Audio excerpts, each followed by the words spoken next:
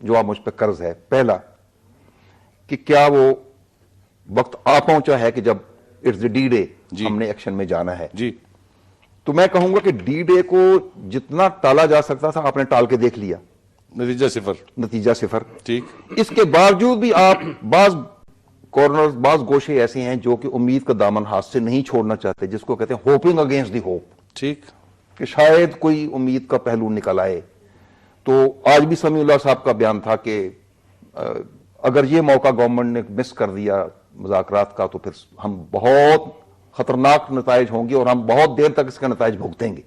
ٹھیک. It means کہ ان کا ابھی بھی خیال ہے کہ مذاکرات کا امکان ہے, but on the other side جب ان کو گورنمنٹ پوچھتی ہے تو وہ کہتے ہیں جی گورنمنٹ واز ناٹ سیریس, اور گورنمنٹ کہتی ہے انہوں نے نتائج کوئی ہمیں لا کر دیے نہیں ہیں. ٹھیک. بخاری صاحب اس میں جو پری کنڈیشنلٹی اس طرح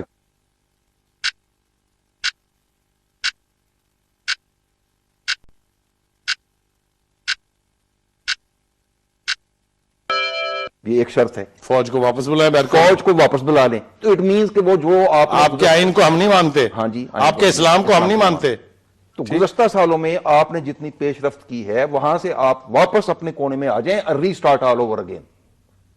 میننگ دیر بائی کہ they are forcing us to go back to square one. Right, ٹھیک, بالکل صحیح. اس لیے اب آپ کا جو سوال یہ تھا کہ کیا وہ گھڑی آن پہنچی ہے, تو میں کہوں گا کہ حالات کے مطابق تو آن پہنچی ہے. ٹھیک. اب رہ گیا معاملہ, دوسری بات کہ معاملات کدھر جا رہے ہیں. معاملات میں آپ کی بہت ساری چیزیں جب ہم بحیثیت قوم فیصلہ کر لیں گے کہ یہ ایکشن اب ناگزیر ہو گیا تو تبھی کریں گے. ٹھیک.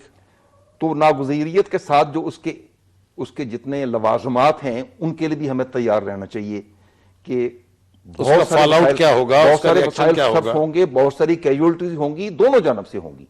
اور وہ علاقہ جو آپ جانتے ہیں انگریز کے زمانے میں بھی کتنی ایکسپیڈیشنز گئیں اور کتنے کیجولٹیز ہوئیں, پورے ڈویژن رائٹ اف ہو گئے. تو وہاں ایک پہاڑ کے اوپر بندہ مشین گن لگا کے بیٹھا ہو تو وہ پورے بریگیڈ کو بھون کے رکھ سکتا ہے. سو یہ ٹیریٹری جو ہے یہ ہوسٹائل فرینڈلی ہے, it is not friendly to the conventional forces. میں آتا ہوں آپ کے پاس واپس. شاہد صاحب یہ فرمائیے گا کہ طالبان کی طرف سے ایک بڑا مطالبہ جو یہاں کی سیاسی جماعتیں بھی کرتی رہی وہ یہ کہ ڈرون حملے اگر بند نہیں ہوں گے تو یہ مسئلہ کبھی حل نہیں ہوگا. ڈرون حملوں میں کمی تو واضح طور پر آئی ہے. ہمارے پرائم منسٹر صاحب جب گئے تھے امریکہ کے دورے پر تو انہوں نے وہاں کہا کہ انہوں نے اوباما صاحب سے اس مسئلے پر گفتگو کی اور انہوں نے وعدہ کیا ہے کہ وہ اس کو دیکھیں گے. مجھے یہ فرمائیے گا کہ کیا اس دورے میں جو اسٹریٹجک ڈائیلاگ ہونے جا رہا ہے ڈرون کا ایشو سامنے آئے گا؟ بخاری صاحب, ڈرون کا جو یو ایس کے ریفرنس سے جو ڈیٹا پوائنٹ ہے دی لیٹسٹ ون, وہ پریزیڈنٹ اوباما کی جو سپیچ تھی جس میں انہوں نے کہا کہ اسے ایز اے ٹیکٹک یوز کیا جائے گا اور جس طرح یہ پہلے یوز ہوتا رہا ہے اس طرح نہیں ہوگا. پاکستان میں لاسٹ ڈرون اٹیک 26 دسمبر کو ہوا تھا, تو وہ ڈرون کی وہ تو فریکوینسی تو بہت کم ہو گئی ہے. اس کا میرا خیال ہے ایسے اس میں ایسے ہے کہ اس کی جو اتھارٹی ہے وہ president of the United States کے پاس ہے. تو اس لیے اگر آپ یہ جان کیری سے بھی یہ بات کریں گے یا جو بائیڈن سے بھی کریں گے, وہ president Obama is the authority, درمیان میں کوئی نہیں ہے. ٹھیک. بات یہ ہے کہ گفتگو ہوگی تو بات وہی ہوگی جو اوباما کہہ چکے ہیں. جی ٹھیک ہے, اب صحیح ہے یہ بات. اور لیکن اس میں یہ ہے کہ پرنسپلی اگر آپ مجھ سے پوچھیں as a citizen of the world, میں سمجھتا ہوں کہ یہ ڈرون کی پالیسی اس صحیح نہیں ہے. ٹھیک ٹھیک ہے. میں یہ سمجھتا ہوں کہ ایک مینس سے اگر آپ نے لڑنا ہے, ایک مینس کو ڈیل کرنا ہے تو اس کے لیے دوسرا مینس نہیں ہونا چاہیے. ہاں نہیں ہونا چاہیے. اور دوسرا یہ ہے کہ دین انٹیلیجنس شیئرنگ ہونی چاہیے. آپ کی حکومت جو پاکستان کی حکومت ہے, دیکھیے یہ دے آر آن بورڈ, پہلے سے آن بورڈ تھے, آپ کے بھی نالج میں ہوگا. اب بھی ایک طرح سے ایک اماؤنٹ سے آن بورڈ مینس کہ ان کو انفارمیشن ساری ملتی ہے, but they are okay with it, right. اس میں وہ جو آرگومنٹ ہے وہ یہی والا آرگومنٹ ہے جو میں آپ کو دے رہا ہوں کہ بھی مل جل کے کرتے ہیں. دیکھیں F-16 سے جو بامبنگ کرنا ہے, ڈرٹی بامبنگ کرنا, اس سے تو آپ کو اندازہ ہے وہ dirty bombing is not target, it's targeted but is dirty bombing. So اس کے ارد گرد جو ہوتا ہے وہ آپ کو اندازہ ہے. ڈرونز کا یہ ہے کہ وہ very specific even for a person اور ٹو پیپل اور وٹ ایور اٹ از, اور ڈیٹا پاکستان کی یعنی آپ یہ فرما رہے ہیں کہ ڈرون کا collateral damage is far less than the وہ بھی ہے نا، conventional وہ air تو force. مطلب آپ کی اسمبلی میں بتایا نا انہوں نے، پاکستان کی اسمبلی میں انہوں نے بتایا ڈیٹا تو یہیں سے لینے کے، وہ بھی بہت بری بات ہے، جتنی بھی اگر کولیٹرل ڈیمیج میں ایک بھی بے گناہ انسان شہید ہوا یا مر گیا تو وہ بھی بہت بری بات ہے، ایسے نہیں ہونا چاہیے.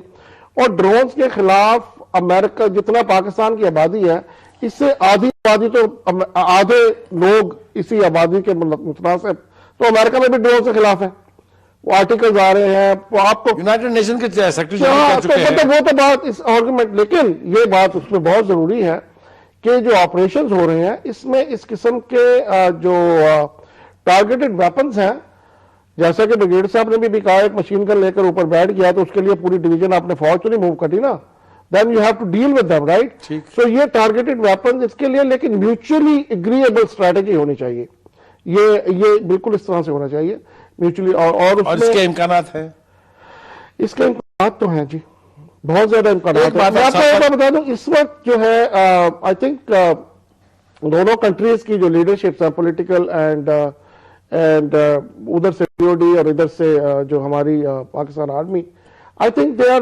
Pretty much on the same page. I won't say 100% کوئی چیز ہوتی نہیں، تو they are on the same page. یعنی ورکنگ ایکویژن ہے، بہت زیادہ ہے، بہت زیادہ ہے. اور شاہد صاحب ایک بات مجھے اور بتا دیجیے گا ساتھ ساتھ، چھوٹا سا سوال ہے، جی وہ یہ کہ تجربہ یہ رہا ہے کہ اس قسم کے ڈائیلاگ میں چھوٹے چھوٹے ایشوز جو ہیں وہ ڈومینیٹ کر جاتے ہیں اور میجر ایشوز رہ جاتے ہیں.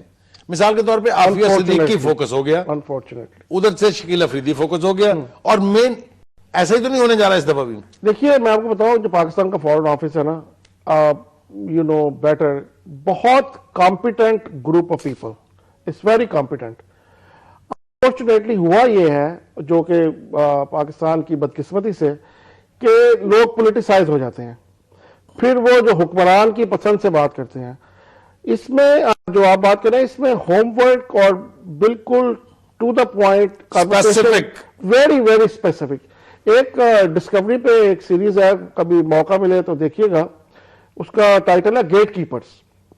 اس میں انہوں نے پچھلے کئی سالوں سے جو امریکہ کے پریزیڈنٹ کے گیٹ کیپرز ہیں، ان موسٹ سرکمسٹانسز ان کا جو چیف آف سٹاف ہوتا ہے، اس کا اگر آپ ایک لائن میں آپ سے پوچھیں یار آپ نے کیا سیکھا ہے، یہ جو بات یہ بڑا مزے کی سیریز تھی، اس میں ایک سینٹینس ہے، وہ کہتے ہیں ایوری بڈی سیز دیٹ، جو گیٹ کیپر تھا، our job is to tell president the truth.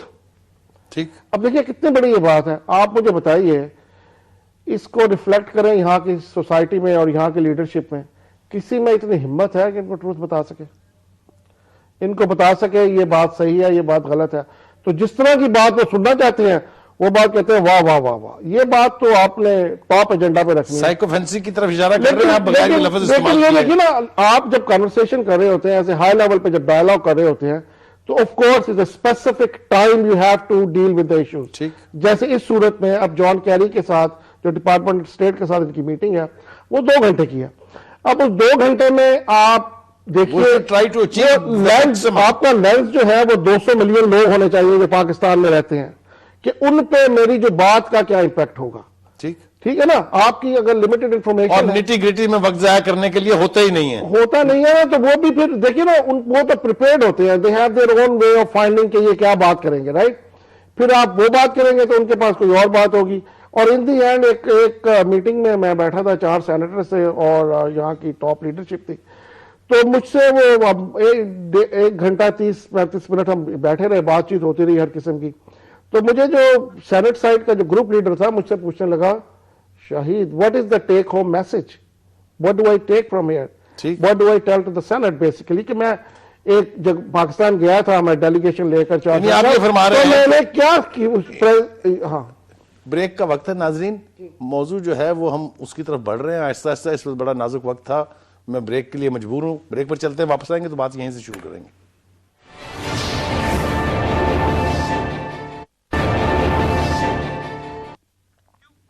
Welcome back ناظرین. موضوع ہے کیا ڈی ڈے آ پہنچا ہے، کیا مذاکرات ابھی ایک آپشنز ہیں، اس کے اوپر بات کر رہے ہیں ہم بریگیڈیئر حامد سعید صاحب کے ساتھ، شاہد احمد خان صاحب کے ساتھ. بریگیڈیئر صاحب، آپ نے گفتگو سنی جو انہوں نے کہی جی. اور جس طریقے سے امریکن مائنڈ سیٹ کام کرتا ہے کہ ان کے پاس وقت کو بہترین کیش کرنے کے لیے ایک اسٹریٹجی موجود ہوتی ہے, ایک باقاعدہ پلان موجود ہوتا ہے, کیا ہمارے ہاں اس طرح کی ایکسرسائز ہوتی ہے کوئی کہ اس قسم کے ڈائیلاگ میں جانے سے پہلے باقاعدہ تیاری کر کے جایا جائے تاکہ ہر ایک منٹ جو ہے اس سے مستفید ہوا جائے؟ میرا خیال ہے کہ جہاں تک تو آپ کے فارن آفس کا تعلق ہے, شاہد صاحب نے بالکل درست کہا, وہاں بڑے کمپیٹنٹ لوگ ہیں اور وہ یقیناً ضروری نکات جو ہیں وہ بنا کے بریف کے طور پہ تو رکھتے ہوں گے. اب وہاں جا کے کہنے کی جرات کسی میں ہوتی ہے کہ نہیں ہوتی, اس کے اوپر بڑا سا سوالیہ نشان آپ اور میں مشترکہ طور پہ لگا دیتے ہیں. ٹھیک, کہ وہاں کہا کیا گیا, گھر میں لے کر گئے اور جیب خالی تھی, خالی چلے آئے. ٹھیک, اب رہ گیا مسئلہ جو ہم ڈرون کے حوالے سے بات کر رہے تھے. ڈرون کا پاکستان کی ماضی میں یہ ڈیمانڈ رہی ہے کہ پہلے تو سی آئی اے سے اس کا کنٹرول اگر پینٹاگان کو بھی چلا جائے تو آرمی کی پینٹاگان کے ساتھ جی ایچ کیو کی جو ہمارے ہاں انڈرسٹینڈنگ ہے کہ ہم انفارمیشن شیئرنگ کر کے زیادہ انشور کریں گے کہ اونلی اس وقت ہٹ کیا جائے جب آپ کو یقین ہو کہ اس میں معصوم لوگ, غیر ملوث لوگ جو ہیں وہ نہیں مارے جائیں, یعنی کولیٹرل ڈیمیج سے بچا جائے. اور نمبر 1 پرائرٹی پاکستان کی یہ تھی کہ why don't you give drones to us, کیونکہ ان اینی کیس جیسے میں نے عرض کیا کہ وہ انسرجنٹ فرینڈلی ٹیریٹری ہے اور وہاں پہ فوج کا بے تحاشا نقصان ہونے کا امکان ہے. تو اس لیے جب تک یہ ماڈرن ٹیکنالوجی پاکستان آرمی کے پاس نہیں ہوگی تو آپ کے لیے بھی اس کو فائٹ بیک کرنا بڑا مشکل ہوگا, کے لیے جانا مشکل ہوگا. آل دی مور ریزن کہ اب اگر حکمران وہاں جائیں اور یہ جو اسٹریٹجک ڈائلاگ کی بات کر رہے ہیں وہاں یہ بات کی جائے کہ جناب ہم تو اب اس میں کر رہے ہیں, but in the larger interest of the world peace and the interest of both the countries who are the stakeholders in that way, آپ ڈرونز ہمیں پرووائڈ کریں and let us do our job. ہم اس کو بہتر انداز میں کریں گے, ہم اونرشپ لیں گے اس کی, ہمیں پتا ہوگا کہ when to ہم strike کر رہے ہیں اور ہمیں پتا ہے strike. کس کو سٹرائک کر رہے ہیں, کب کر رہے ہیں, اور ڈیفینیٹ انفارمیشن کے اوپر کریں گے. تو میرے خیال میں یہ اس کا ایک ایسپیکٹ ذہن میں رکھنا چاہیے کہ اب ان کو فائٹ بیک کرنے کے لیے جو اس کو میں نے کہا تھا حالات تو ہیں, معاملات ہیں کہ نہیں ہیں, کہ مالی طور پہ ٹیکنیکلی آپ کے پاس وہ ریسورسز ہیں کہ نہیں کہ آپ منیمم کیجولٹیز کے ساتھ ان کو ایلیمینیٹ کر سکے. This is a must, we must have it. ٹھیک فرمایا آپ نے. شاہد صاحب یہ فرمائیے گا کہ ہم نے ریپبلکن کی جو گورنمنٹس ہوتی تھی وہاں پر یونائٹڈ اسٹیٹ میں ایڈمنسٹریشن ان سے ڈیل کیا, جی ڈیموکریٹ کے ساتھ بھی ڈیل کر رہے ہیں. جی یہ فرمائیے گا کہ اس وقت جو لیڈرشپ ہے, obviously پریزیڈنٹ اوباما ہیں, ان کے بعد جان کیری ہیں, جو بائیڈن ہیں, ان میں پاکستان کے لیے کوئی سافٹ کارنر بھی ہے یا آپ ہمیں دشمن نما دوست سمجھتے ہیں, یا کیا کوئی چینج ریڈیکل آپ دیکھتے ہیں؟ دیکھیے پریزیڈنٹ اوباما کا پولیٹیکل کیریئر تو بہت لمیٹڈ ہے. جو بائیڈن نے مجھے ایک میٹنگ میں کہا کہ میری تو وائس پریزیڈنسی پاکستان کے ایشوز میں کنزیوم ہو گئی ہے, اس لیے اس نے کہا کہ یہ کیری لوگر برمن بل جو ہے یہ بائیڈن لوگر بل تھا اور بائیڈن کا بہت انٹرسٹ تھا اس ریجن میں. ایک اور بات جو بائیڈن نے یہ بھی مجھے بتایا تھا ایک موقع پر کہ اس نے 7 مرتبہ قرآن پاک پڑھا ہے with pencil in hand. اس کے جو ڈیپٹی ہے اس نے ایک مسلمانوں پر ایک کتاب لکھی ہے, جونا بلینک PhD اس نے کی اسی سبجیکٹ میں. تو آپ اندازہ کریں ان کے نالج بیس کا. اور تو فرینڈلی جان کیری تو ہر موقع پر پاکستان ہی بینڈ بیکورڈ پاکستان کو سپورٹ کرنے کے لیے کسی بھی سچویشن میں, کانگریس میں جا کر, پریزیڈنٹ کے پاس جا کر, ہر طرح سے, اب نہیں پہلے سے پاکستان کے ایشو میں بہت زیادہ انوالوڈ ہے. اب پہلی مرتبہ پاکستان جان کیری میرے ساتھ ہی, ہم لوگ انڈیا سے یہاں آئے تھے, تو پاکستان کی جو لوگوں کی گریشیسنس اس نے دیکھی, اور ویسے بھی ہمارا مطلب تعلق بھی بہت پرانا ہے. تو اس میں امپورٹنٹ بات جو سمجھنے کی یہ ہے کہ ہمارے جو دوست ہیں وہاں پر, ہمیں ان کو مشکل میں نہیں ڈالنا چاہیے, ان کے ساتھ اس طرح سے چلنا چاہیے کہ وہ ہمارا پوائنٹ آف ویو سپورٹ کر سکیں. میں سمجھ گیا آپ کی بات. میں بات کر رہا ہوں آپ کی, اس وقت میرے ساتھ لائن پر موجود ہیں شاہ زین بگٹی صاحب, بلوچستان کے رہنما ہیں وطن پارٹی کے.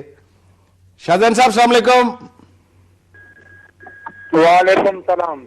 شاہ زین صاحب, ہمیں اندازہ ہے کہ آپ اس وقت جن مشکل حالات کا سامنا کر رہے ہیں, جس طرح سے آپ کے قبیلے کا پروٹیسٹ چل رہا ہے, لیکن ایک سوال پوچھنے کو آپ سے جی چاہ رہا ہے. ایسا لگتا ہے کہ افغانستان میں اب فوجی آپریشن زیادہ دور نہیں ہے, لیکن جو صورتحال بلوچستان میں ہے جس کا آپ کو مکمل طور پر ادراک ہے, کیا آپ سمجھتے ہیں کہ اسی طرح کے ایک آپریشن کی وہاں بھی ضرورت ہے یا اس کے علاوہ کوئی حل ہے؟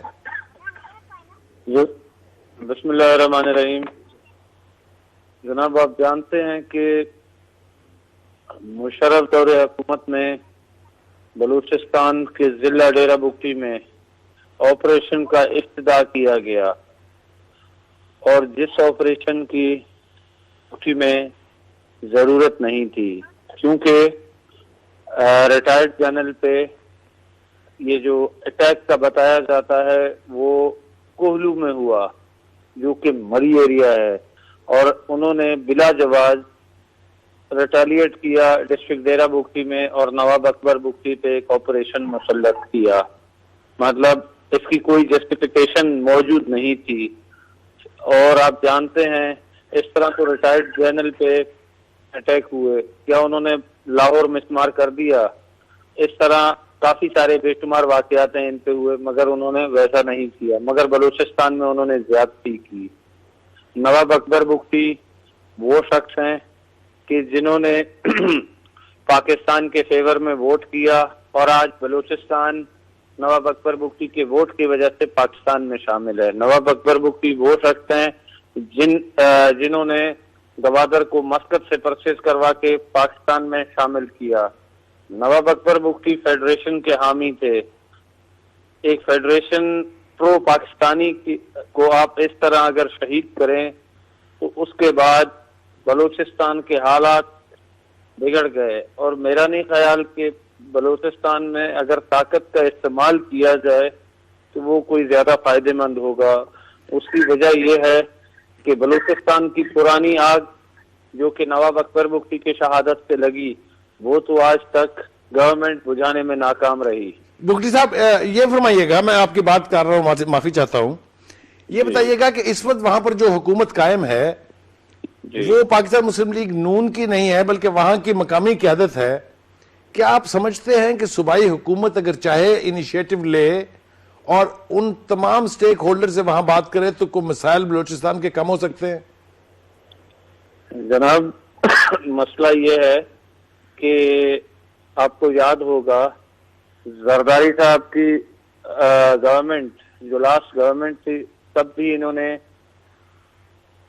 کہا تھا کہ ہم بلوچوں سے ہاتھ جوڑ کے معافی مانگتے ہیں اور ہم بلوچوں کو دعوت دیتے ہیں. مگر تب میرا نہیں خیال کہ ان کا بلوچ لیڈرشپ سے کسی قسم کا رابطہ تھا، کیونکہ مختلف بیان آتے رہے. اب ایک طرف جو بلوچ پہاڑوں پہ بیٹھے ہیں ان کو مذاکرات کی دعوت دیتے ہیں، اور دوسری طرف ہم جب پاکستان میں بیٹھ کے ان کے حامی پاکستان میں رہتے ہوئے with in the boundaries of this country ہم اپنے حقوق چاہتے ہیں اور ہمیں اپنے گھر جانے سے روکا جا رہا ہے، تو وہ جو لوگ بیٹھے ہیں یقیناً ان کو کیا یقین آئے گا؟ آپ خود اس چیز کو دیکھیں اور سمجھیں. وہ کہیں گے کہ ان کو گھر جانے کی اجازت نہیں ہے.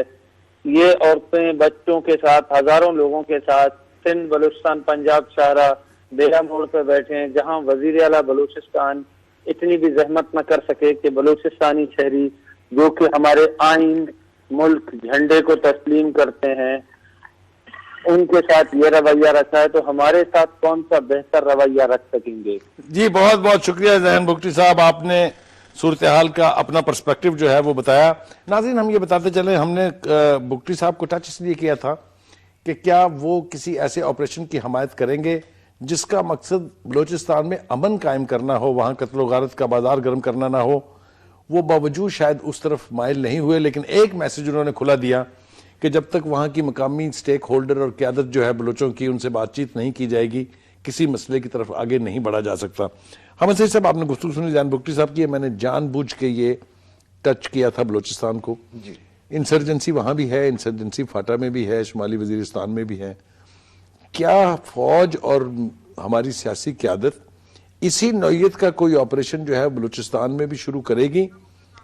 مختصر جواب دیجیے گا کیونکہ بریک پر جانے کے لیے تھوڑا سا وقت ہے. دونوں میں بنیادی فرق آپ مجھ سے زیادہ بہتر جانتے ہیں. یہاں پہ جو فاٹا اور وزیرستان وغیرہ میں جو لوگ ہیں وہ شاہد صاحب نے بھی بڑا وضاحت سے بیان کیا. Most of them are criminals, اور مختلف جگہوں پہ مختلف ٹکڑوں میں 53 پارٹیز تو گورنمنٹ نے خود گنوائی کہ 53 حصوں میں وہ بٹے ہوئے ہیں, اور 53 پارٹیاں ان کی. اب وہ 64 ہو گئے ہیں, 64 ہو گئے ہیں. 64 ہو گیا. اب وہ اگر پاکستان کی فیڈریشن کی اتھارٹی کو ہی تسلیم نہیں کرتے تو پھر مذاکرات کیا ہوں گے؟ کیٹیگری بالکل مختلف ہے. شاہد صاحب ایک لائنر کا جواب مجھے چاہیے.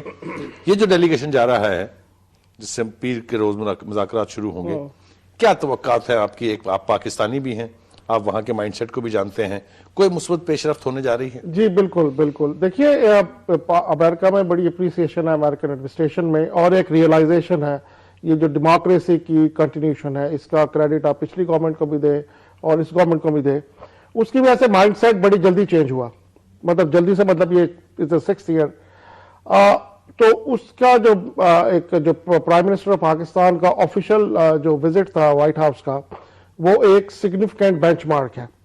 جو اسٹریٹجک ڈائلاگ ہے یہ اس وقت بھی orchestrated by the White House. ٹھیک. تو اسے Obama initiative, even though Kerrys and Bidens are there, لیکن یہ انیشیٹو وائٹ ہاؤس کا ہے. White House is controlling the agenda, اور اس سے جس سے بہتری کی بہت زیادہ امید ہے. بہت شکریہ جناب حامد سعید صاحب, آپ کا بہت شکریہ. جناب شاہد احمد خان صاحب, آپ کا بہت شکریہ.